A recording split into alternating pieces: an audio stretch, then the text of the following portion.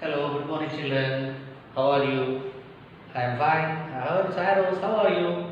I am a botany lecturer working in COE Karimnagar of Algunur. I have got a class regarding these protista from our society. So let us see one of the introductory class related to the continuous topic of protista, a kingdom protista. Because certain topics are allotted to each and every individual. So my topic is today kingdom protista.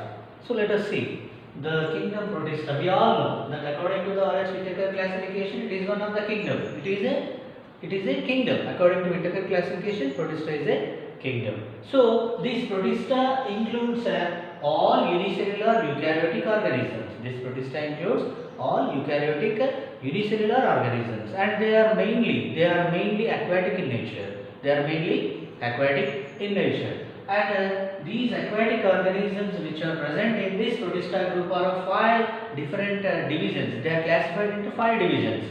In those divisions, we can see the chrysophytes, dinoflagellates, euglenoids, slime molds, and protozoans. Today, we are going to discuss about one of the division belongs to the kingdom protista, that is nothing but euglenoids. That is nothing but euglenoids. So euglenoid is one of the division which is belongs to the protista. So among the five divisions of the protista, I am going to start with these euglenoids. And these euglenoids, previously these euglenoids are included in the plant kingdom because of their photosynthetic activity. But after some time, some of the scientists included these euglenoids in animal kingdom because it has no cell wall. Because cell wall is absent in the euglenoids, and their mode of nutrition is also just like animals. Hence, they included these euglenoids under animal kingdom. But according to the R.H. Whittaker's classification, that is five kingdoms classification, these euglenoids are included in the protista kingdom. They are included in the protista kingdom. These euglenoids are free living organisms. They can live in freshwater ponds, or they can live in freshwater lakes, and sometimes they may live on decomposed damp soil, or sometimes they may live in the degraded material consisting soil. So the mode of living sometimes operates like an animal, and it's flourish. Hence, according to these R.H. Whittaker's classification, we can say they are free living organisms, or they can live as a decomposer also sometimes. So let us see the euglenoids. Euglenoids, they are formed in stagnant fresh water. Instead of cell wall, they have protein-rich layer called pellicle. If we go to the structural part of these euglenoids, let us see this. This is euglena. This euglena is an example of euglenoids. In this euglena, if you observe, it has only cell membrane around it. And cell wall is absent. Only cell membrane is present. So this cell membrane is covered by a proteinaceous structure which is made up of pellicle. And this pellicle is elastic in its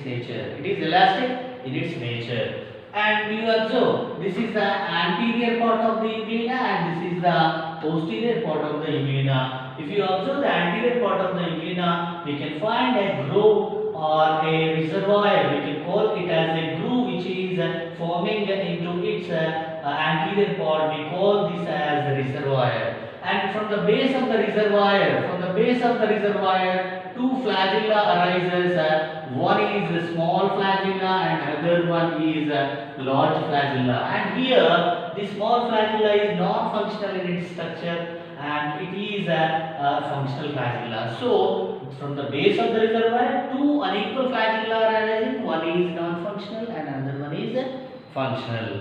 And let us see here at the base of these reservoir, one spot, a stigma, we can call it as eye spot is present. We call it as a eye spot. So such ice pond and the base of the reservoir, and from the base of the reservoir one small flagella from one large flagella are arising.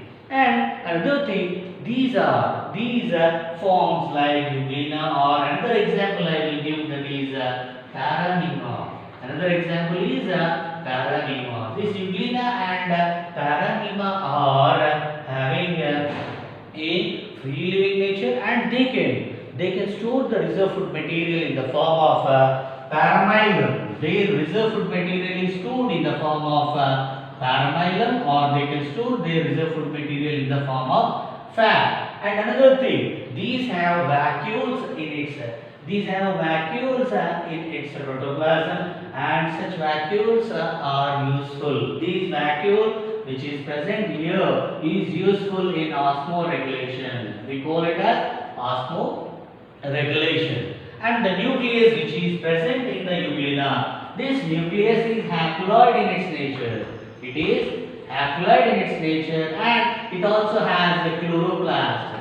So the euglena has chloroplast and a single nucleus which is haploid in its structure. And the chlorophyll molecules which are present in these euglena are chlorophyll A, chlorophyll B and xanthophylls. Chlorophyll A, chlorophyll B and xanthophylls. Xanthophylls is otherwise known as zeaxanthin. And we can say that these chlorophyll A, chlorophyll B and xanthophylls are equivalent to the pigments present in the higher plants like angiosperms. So the nature of the pigment present in these euglenoids is as comparable to the higher plants, and the store food material is in the form of paramylum bodies or fats. Let us see here. They have the flagella, one short and the other long one. They have a unique property, that is mixotrophic nutrition. Just now I told you they can perform the photosynthesis and prepare their own food material. On the other side, they can depend like an heterotroph on some other decomposed material, or they can gather their food material from the heterotrophic mode of nutrition. So these are the peculiar organisms called euglenoids. An example for the euglenoids is euglena and paranema. We all know about the euglena. Euglena is an unicellular eukaryotic organism, and it can be also said as acellular eukaryotic organism, and they are mainly aquatic in nature, and these organisms have a close relationship with the plants, animals and fungi. So such euglenoids are included in the kingdom Protista of ORH-Whittaker's 5 kingdom classification. So in those 5 kingdoms, this Protista is one of the kingdom. In this Protista kingdom, we have all these divisions, that is nothing but 5 divisions: chrysophytes, dinoflagellates, euglenoids, slime modes and protozoans. So this is all about the euglenoids. So euglenoids include euglena and paranema.